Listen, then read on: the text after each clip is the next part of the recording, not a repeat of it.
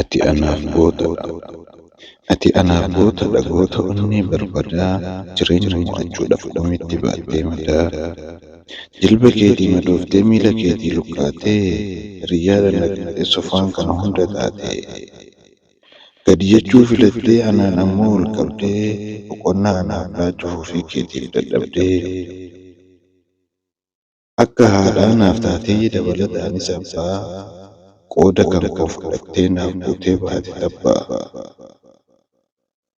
Arrabni koos dubbatee qalamni koos barreessee oolmaa kan kee hin fixu hammam fedhe tarreessee.